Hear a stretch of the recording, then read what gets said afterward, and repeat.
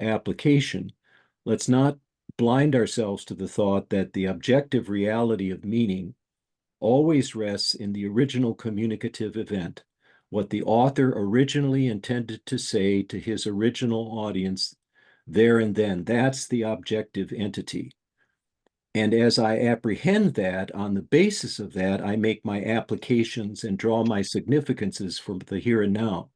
So there and then always trumps here and now. Again, it's just a way of declaring the objective nature of meaning. Does this make sense? I mean, I think yes, it does. I'm struggling to understand it a little bit Go ahead.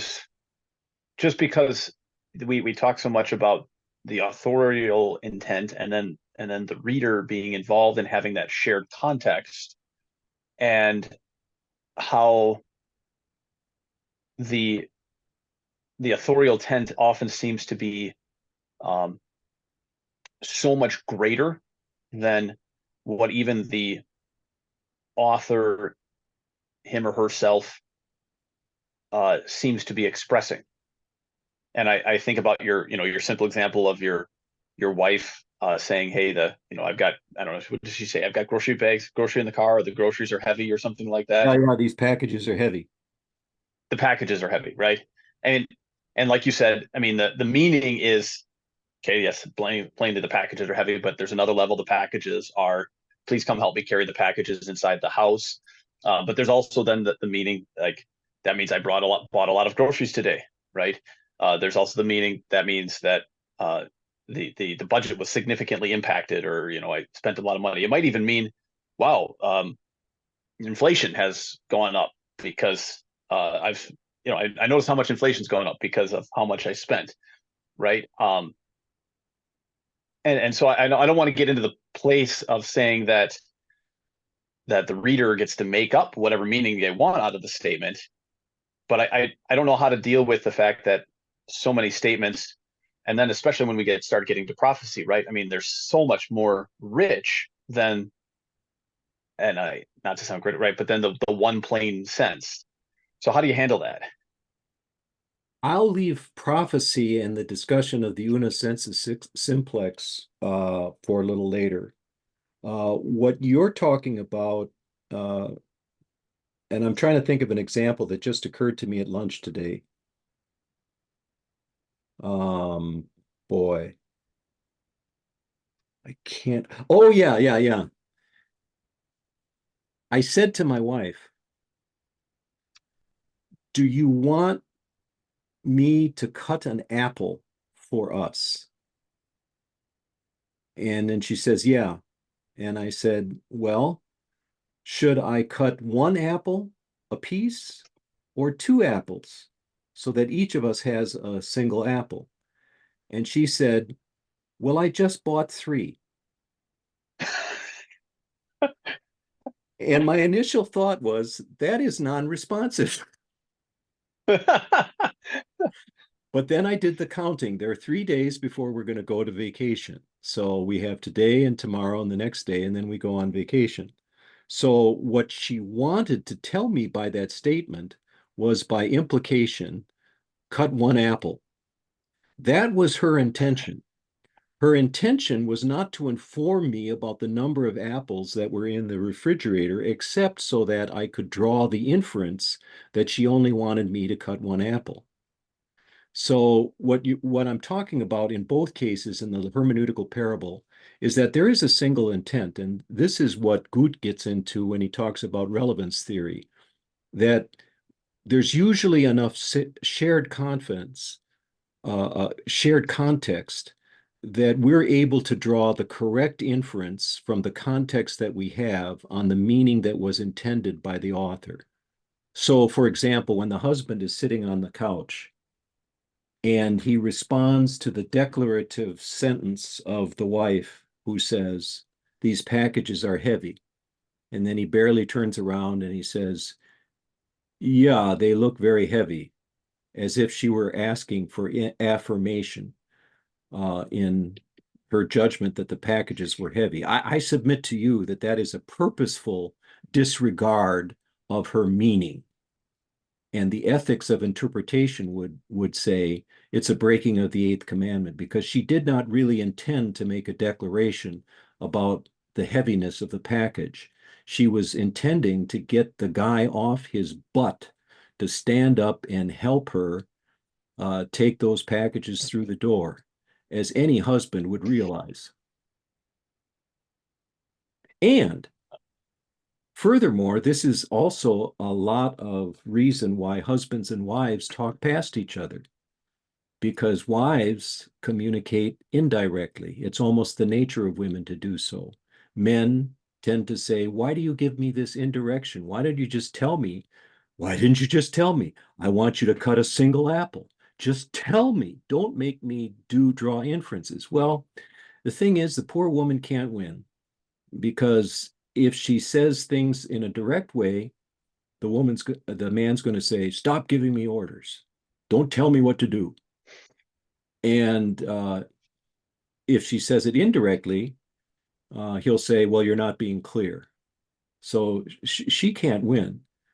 If she tries to respond to someone that she acknowledges as an authority in her life, and I hope women do, she will probably, a form of responding to authority is more submissive kind of speech, that indirect kind of speech. If you want to read more on that, you might read Tannen, Deborah Tannen's. She's a linguist. You Just Don't Understand. It's a wonderful little book that helped me understand my wife a lot better. But it has to do with just this feature of relevance theory and communication. It also points the limitations of I don't want to get you all bored, but let me just stop there. I think I've said enough. So there and then is more So important. to clarify one, Go ahead. just to clarify one thing, is intent equal to meaning then? Yes.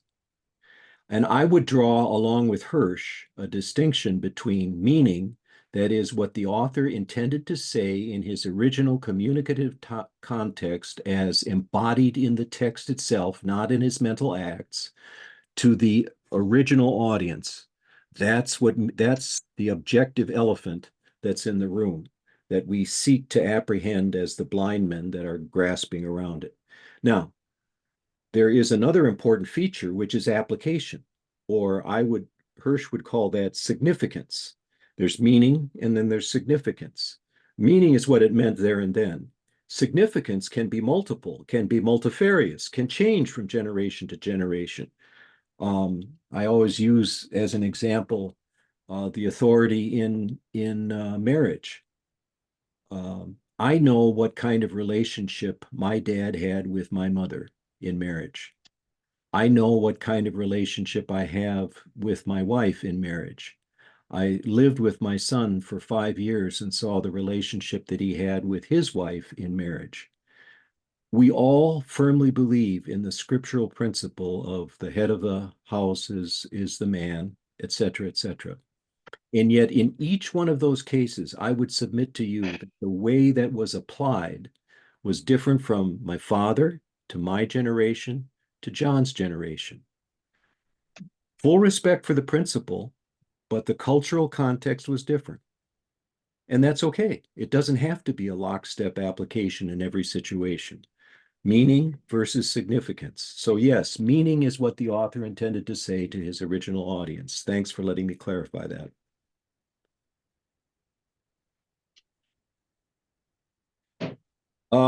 Okay, I've said enough on that. Andreas, your question. Well, first of all, thanks for having me. And I didn't have a question, so I listen in to what you have for questions, and I'm passing. Okay, you're allowed to pass. Thank you.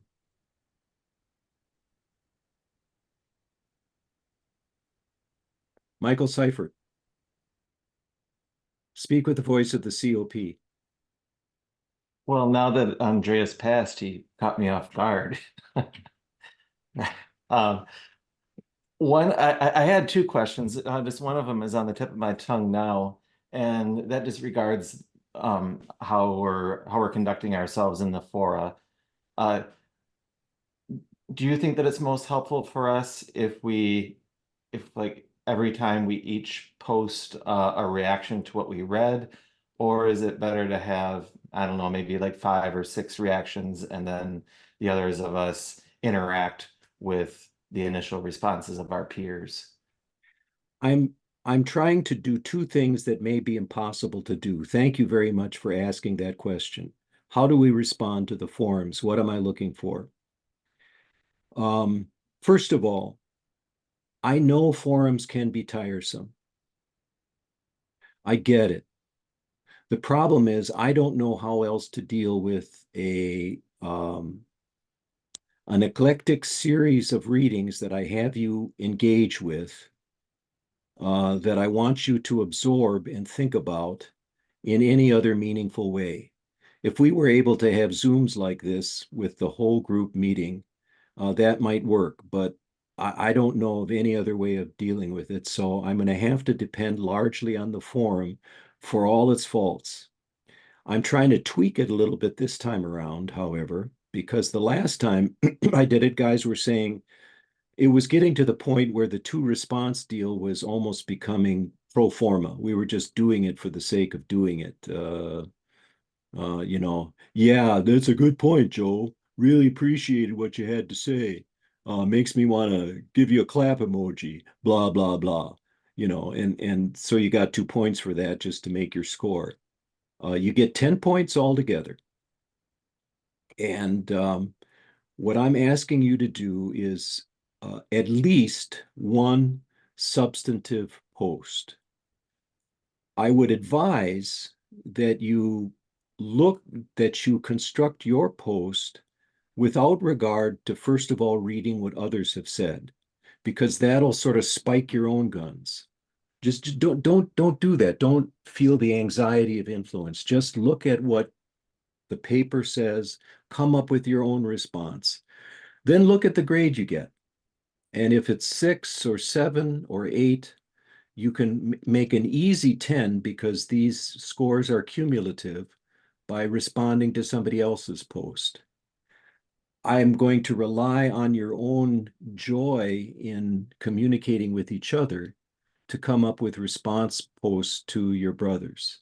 A lot of you have already had 10s on your first post, and it didn't hinder you at all from engaging in dialogue with other members of the group.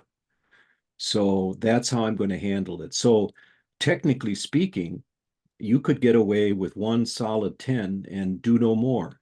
And there may be some weeks where you're going to be so hectically driven that that's what you're going to content yourself with. If, on the other hand, though, you think that you have something of substance to respond to somebody else, please do so, because it's in dialogue that we really affirm and sharpen our understanding with each other. Iron sharpens iron. Is that an answer to your question? Yeah, I think so. So for each reading or different forum, you want each of us to have an initial titled post. Yeah. More if Well, we want. I want to get an A. I'll tell you a dirty little secret. Typically, I look at primary posts as you'll get a 10 or maybe as low as a 6 almost automatically. So 6 is almost automatically. 10 would be something I think, well, the guy really, really engaged with the article. Peter Schlicht is asked to be admitted, so I'm going to admit him. Do we know him? He's just coming in. Yes, Peter Schlicht. There he is. So I'm just in the midst of answering a question, Peter. We'll be with you in a second. Well, where was I? So that's sort of the default for the first answer. The second, if you're responding to somebody else's post, unless it's really involved, and there are some that I've given a 10, you're probably going to not get much more than a 6 because it's typically the second post that a guy does. So just look at your numbers and ask yourself, am I up to a 10 yet? If you've got a 10, you've gotten all the points that you can possibly get for that forum. If you choose to respond again, you're making me feel really good about you. Oh, And I'm thinking really fine thoughts about the Christian nature of your communication. And I'm inclined to say, here's a guy that is taking the course not for an A, but to engage in dialogue. And those warm thoughts will be communicated over the interweb, I assure you. Your question, Chris. It seems maybe it's because the number of the people in the class, but every time I open my email, there's a blistering litany of responses, and it seems to be a lot. And my whole goal is I just want to learn. I'm going to read this stuff, and I'm going to kick out what resonates with me. If I get 2 points or 10 points, that's just my approach to it. And should I be reading those posts? Because that can be very laborious. I'm just being pragmatic about it. And spin me, direct me, correct me, rebuke me, whatever that might, if I should be posting a reaction, not just an attaboy, I get that, that's worthless, but I would say yes and yes. If you want to get the full nature of the course, what I would do first is this. I would focus on the reading. I would write a substantive response. I try to grade these as quickly as I can and give you my own response. Although I'm trying to draw back and not say too much, I only try to engage in places where I think it's unlikely that the rest of the class will come up with. It's more a question that's directed to the facilitator of the course, and so I respond accordingly. But typically you'll get an answer back fairly soon. And then I would very much encourage you to read the other posts, because there's a lot that's happening and you really can't get the full scope of the discussion unless you at least seek to read the other posts. Whether you respond to them or not, you know, you may feel the urge to respond. You may not. If you've already got your 10, you may not. Well, that's fine, but at least read them. I think that's a helpful thing that you'll appreciate. Or my responses usually get into things that guys want to talk about, but we don't necessarily have a chance to cover in the course of the syllabus itself, if that makes any sense. So sometimes you're going to find my answers to questions that you have embedded in responses that other guys have raised to questions. That's why I think it's probably pretty important, at least without gilding my own lily too much, suggest that I spend a lot of time on those answers. That's really what I think is my function in this course. Mike, have we sufficiently answered your question? I think so. Thank you. Okay. I'm not going to spend any time on biblical realism, the world. I think you all really got that. We talked about the why and how forums. The question 6, will we be covering? I've sort of started answering that one. And maybe part of my answer is to begin by talking about the difference between exegesis and hermeneutics. Our focus in this course is going to be on theoretical hermeneutics. That is to say, why do we interpret the way we do? What is guiding? What are our basic presuppositions and approaches? So it's going to be more basic. It's not necessarily going to be dealing with the nuances of discourse analysis. We do spend some time in linguistics, but it's more of an intro into linguistics. It doesn't get much beyond semantic theory and a little bit of discourse theory and a little bit of narrative theory. But time precludes our ability to be able to get that deeply into some of the subjects that you might want to get into. Because this is a hermeneutics course, theory course. It's not an exegetical course that is a practical course where you're practicing all of the theory. That's not to say that you can't make a practical project, an exegetical project that makes use of good hermeneutical principles as your final project if there's something that you want to delve into, like Ecclesiastes or something like that, after you've gone through the course. That would be a great final project. And I would encourage you to think along those lines. You're also free at any time to ask a specific question if your question, even if it's an exegetical question. I love exegetical questions, and so I love responding to them. If you have how does this theory apply to this exegetical issue? Boy, that's my bread and butter. I would love to answer that for you, but you're going to have to bring them up. I'm not necessarily going to bring them up, because we have to focus on hermeneutics. Does that make sense? Sad to say, I'm not going to get into canon too much. I'll give you a PowerPoint presentation on it that's been pre-recorded, and you can ask questions on it. But again, it hit the cutting floor because with 10 weeks, there's only enough time to do what we can do. Textual criticism, quite frankly, bores me. So I don't spend any time in textual criticism. That's not to say it's unimportant.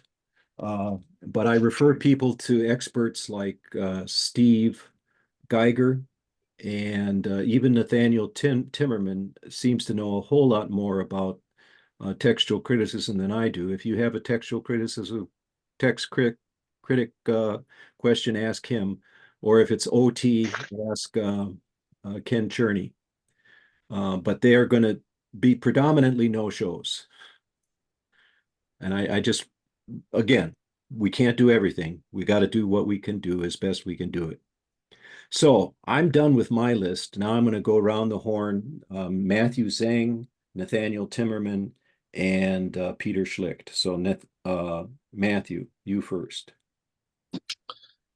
All right, I might be popping off screen in a little bit, but I'll be listening. I guess my question is sort of more practical in nature.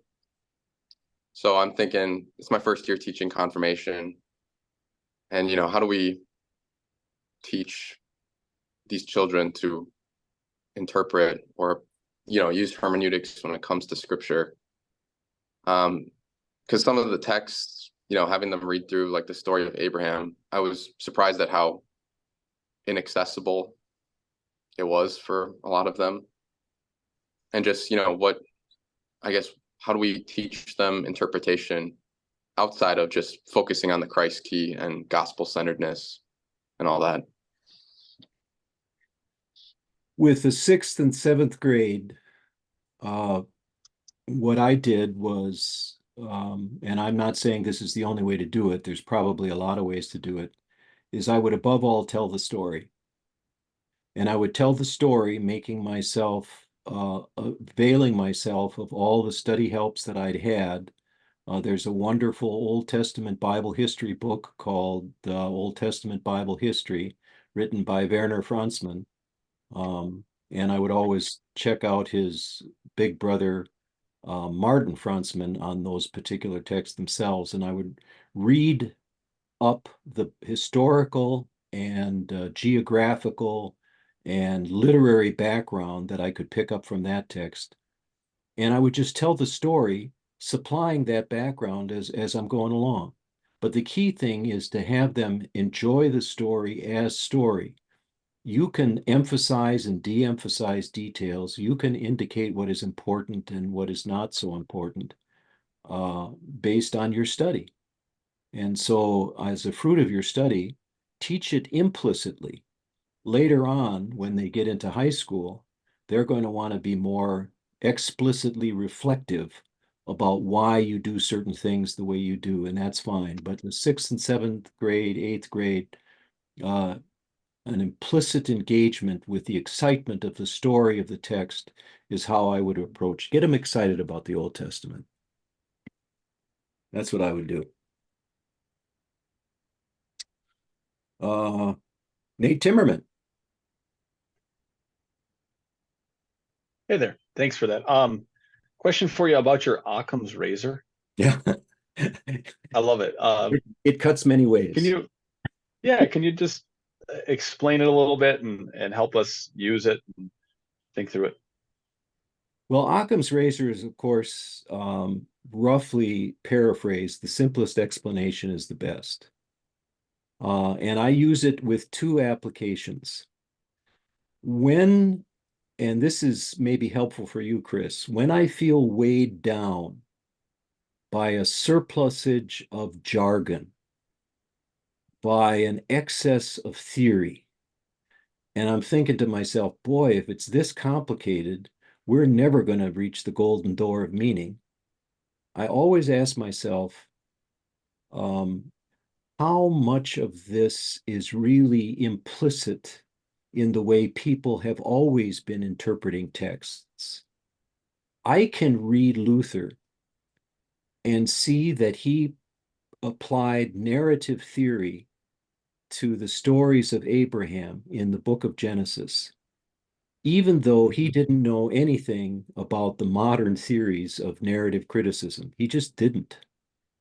But where did he get these ideas? Well, this is just ever since Aristotle's Poetics, and the rhetoricians of the ancient world, these basic analyses of texts and stories have been the common deposit of Western understanding. It's how we've always understood these words. It's just been made more explicit by our theories today. And so I'll accept anything that makes sense to me in terms of something that's implicitly done. Let me give you another example that might make more sense. If someone begins his sermon by telling you a little story about the Packers defensive coach, this is not going to make any sense to you, Andreas, but bear with me. So he's talking about the Packers defensive coach and his expertise in the introduction of the sermon. You know when the end of the sermon is coming, don't you? What's the signal that the end of the sermon is just about to arrive? When the preacher does what? When he returns to the introduction. When you're back in Packerland again. The minute he starts talking about and as this coach once said, and we've seen now that it's just like the coach, you know, he's landing this plane. It's coming into the station, the train. You just know it. What do you call that pattern of oral communication? It's common to all nations, so far as I know. I've seen it in Africa. I've heard it in China. I've heard it every which way in the world. It's just the way people communicate orally. It's a pattern that was given a Latin name and recognized as such by the Romans. It doesn't make it right. It doesn't make it better. It just means it's a well-known pattern of literature that has often been recognized. It's called inclusio. That doesn't make me a better person because I can say the word inclusio. That just means that I've recognized that there is an implicit pattern about oral speech that often adopts a sandwich arrangement. So that's the basic truth. There are oral patterns in the way we arrange material. There's a bunch of other oral patterns as well that I hope we're going to get into later on in the course. Now, my brother Ernie, here let me take it, was enamored in one period of his life with chiastic arrangements. And I remember walking into his office once where he had the entire book of Hebrews that was arranged according to this vast chiastic web. Every A that started in chapter 1 had its B at the end of chapter 13, had its A at the end of, so there was A with A, B with B, C with C, D with D, coming to the center of the book. It was an extraordinary work of art. And I kind of hurt his feelings when I said, you know, Ern, this is all really kind of interesting, but I wonder if it says more about the artistry of the interpreter than it does about the artistry of the guy that actually wrote this thing.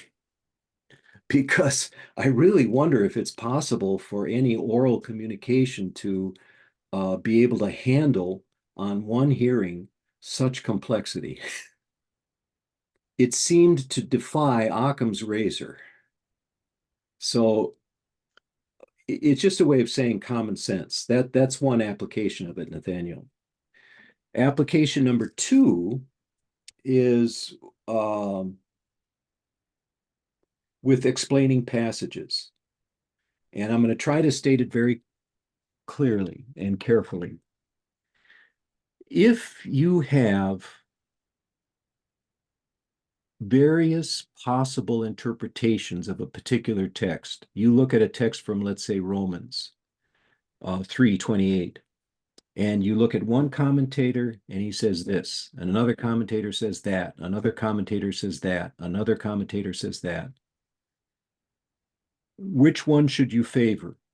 Occam's razor would say that explanation, which accounts for all the data while giving at the same time the simplest explanation and the clearest explanation on the basis of all the data and accounts for all of it, is best.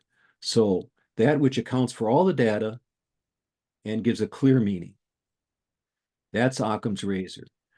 So if somebody, with respect to homosexuality, in Romans 1, starts talking to me about, well, really, Paul is not talking about the kind of same-sex committed justice love relationships that we know of today. He doesn't have a clue as far as homosexual orientation is concerned. So really what he's talking about is the outrageous pederasty and exploitative relationships when men would exploit other men and women would be exploitative of other women. That's what he's talking about. And I would say, well, that's really complicated. It involves me applying both current sociological theory and seeing all this either there or not there in the text. Seems to me to a rather simpler explanation is Paul is not talking either about orientation. I agree with that. He's simply saying this activity, when you do these things, this is contrary to physis.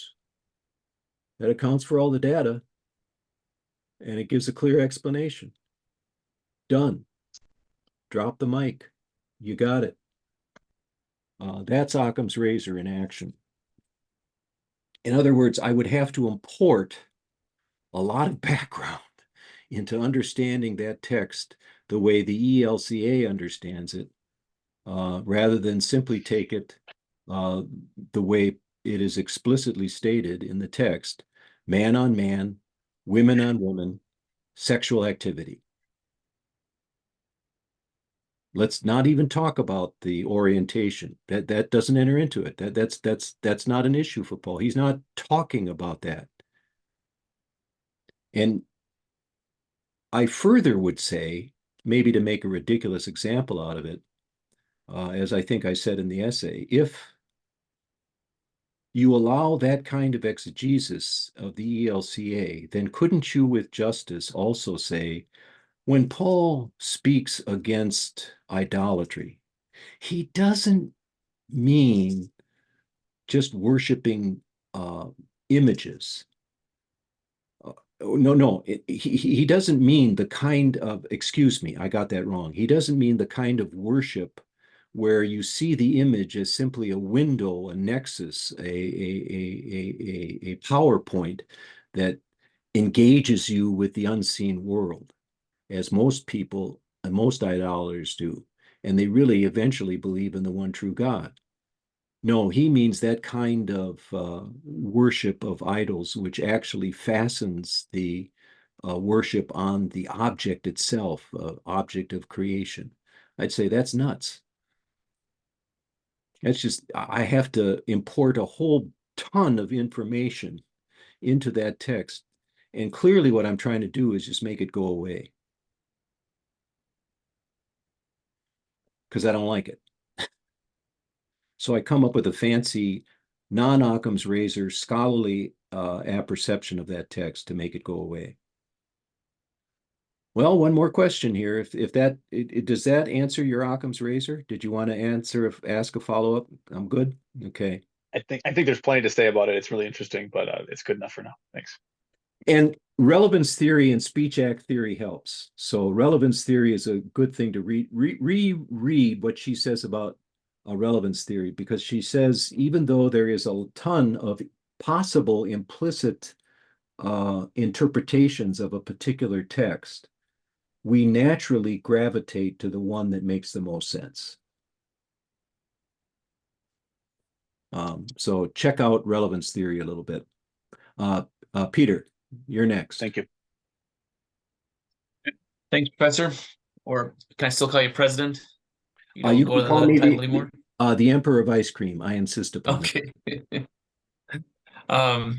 I appreciate this course so far. It's been very, you have to excuse me for saying this, but I found it to be sort of touching on everything I'm thinking about these days, when I probably underestimated it before coming in. My questions were kind of specific to the linguistic or narrative analysis and discourse analysis. And you kind of touched on that. We're going to dip our toes in, but we're not going to really get into that too specifically. So I'll content myself with that for now. One thing I do wonder about sometimes with what we talked about more recently, you talked about in your paper the three worlds of the text. And I was kind of wondering if you have an idea of where things are going, what will the next world be? Or maybe what should we be thinking about concerning the future of hermeneutics, even as we try to make ourselves distinctly Lutheran? Do you know where things are going? I don't know.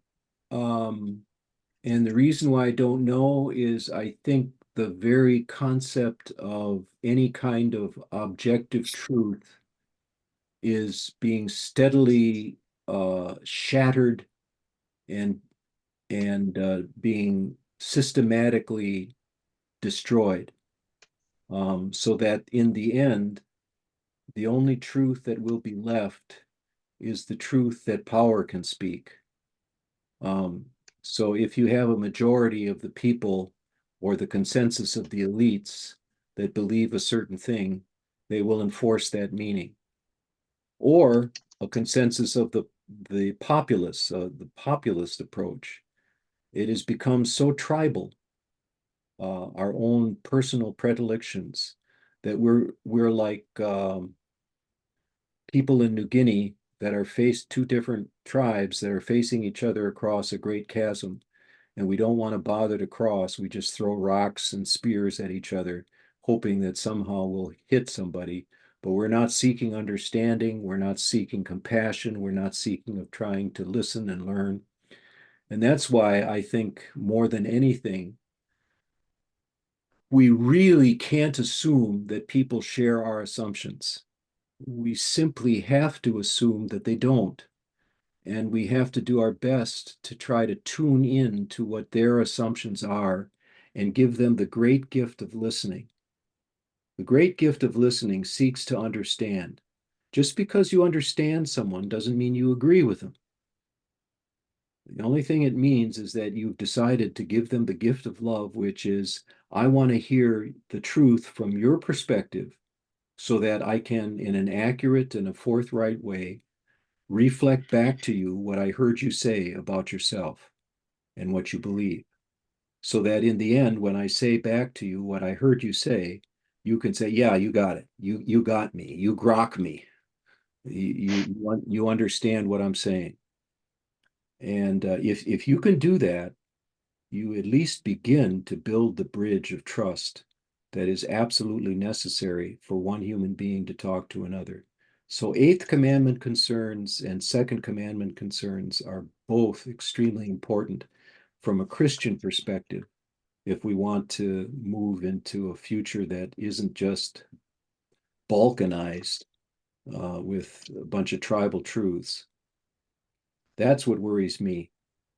If I get excited about objective meaning, if I get excited about natural law, It's because when you destroy the concept of natural law, you destroy the ability to communicate across cultures. There is no communication anymore. It's all personal. It's my story and I'm sticking to it. You know what I'm saying? There's no one to adjudicate the right and wrong between two different takes of two different cultures. There's no overarching transcendence. You're stuck. And I think we combat that both by assuming that there is an overarching transcendence, and secondly, by building bridges of trust where we listen to other people's perspective. Everybody's concerned about something for a reason. Part of the thing that anguishes me so much in the States nowadays is that in America, Wells has seemed to become more and more identified with a Trumpian MAGA way of looking at the universe. And I'm not saying that that's wrong, that there aren't truths involved in the MAGA perspective. Certainly in their identifying the disdain of the elites, I think they have a case that can be made. But when a church body forgets the doctrine of the two kingdoms and gets itself stuck in a particular political polarity, it immediately drives out anybody who might hear those accents coming across and preaching and think to himself or herself, well, this is a MAGA church, or I can't be a Democrat and belong to this church. You know what I'm saying? It really is a scary, scary thing to me. I'm not saying MAGA is right. I'm not saying the elites are right. They all are like the blind men with the elephant. They just have a partial truth. But if we can learn to tune into each other's truths, I think that's the only future I can see. And do a better job of honoring and respecting those truths. Also, that was on the hearts of many of my members when I was in Madison, especially during COVID times. That was a conversation we had with both sides, members on both sides of the political aisle. And we had a few members who ended up leaving the church because of it, because we weren't too far one way, and some because we weren't far enough the other way. So it is something I think that COVID forced us to reconcile with. I don't know if every church in Wells made the decision the same way. I'd like to think that we wouldn't be just thought of as mega churches, but just confessional Lutheran. But perception is a two-way street as well. Exactly. And that's the point. One of the applications I'm going to make this Sunday, I happen to be preaching, is on the authority of Jesus and how they didn't respect the authority of Jesus when he came the first time. We live in an age where everybody is disregarding authority, all authority, government authority, expert authority, government authority of doctors, nurses, the news media, everybody. More dangerous than the manipulations and the excesses of various authorities is the contempt for authority that is being driven into our hearts by the devil, who wants to be a chaos maker in our hearts and our lives. Now, if people hear that word chaos, and I've been debating whether or not to use that word, because could that have political connotations? Even as I'm saying it, I'm beginning to wonder, maybe I'll use a different word, because you have to think about such things now in communication. Otherwise, you could give people the impression that you think everything Fauci said was the correct thing. You know what I'm saying? And somehow we have to bridge these gaps without making our sermons so bland that there's no application anymore. Become the bland leading the bland. That's a Cheskyism. So anything more for we've reached our hour. Anything good for the being of this group? You had enough of Zoom? What's the plan going forward? Are we gonna do this weekly or is this a one-off? I think it's very important at the beginning. You tell me if you think there's many ways to communicate with me. If you think it's about time to have another one of these, I will. It's a bit much to try to do it every week, I think. I'm willing if you want to, but it just I've found in times past it's different. We can't reach everybody, and so it's difficult. And then to watch a recording of this becomes even more difficult. So it's up to you. I will be guided by you. I have no plans on this. I don't know if it's necessary, but I appreciate it. It's nice to see everybody's faces, to hear your voices, and to make the class a little bit more relational. Since we are practicing hermeneutics, we can establish a context. But Nathaniel, I don't like people. Was Even there another time for the other people, those who are not here today? Maybe a different time of the day, or is that Wednesday might be another time, yeah. And I might try that. would be nice to see the others as well. At least once would be nice. I would like that too. Okay, I'm going to be going. I'm going to still be typing my answers and stuff like that, but just to let you know, I'm on my way to Arizona with a banjo on my knee, and I'll be there for the next couple weeks. So I could sometime in the next couple weeks, maybe in the midweek, a Wednesday, maybe not this next Wednesday, but a week from Wednesday, try another one of these. I'll try to shoot for that, see what kind of participation I'll take a poll and see what we get. Okay? Sounds good. All right. Nice talking to you guys and dolls. We'll see you later. Thank you, Thanks. Chief Good to Ice Cream see all of Maker. you. Yeah, Thank Emperor of you. Ice Cream. Emperor of Ice Cream. Yeah, we'll see you. We'll expect it next time. Bye-bye. Bye. Wiedersehen. Tschüss.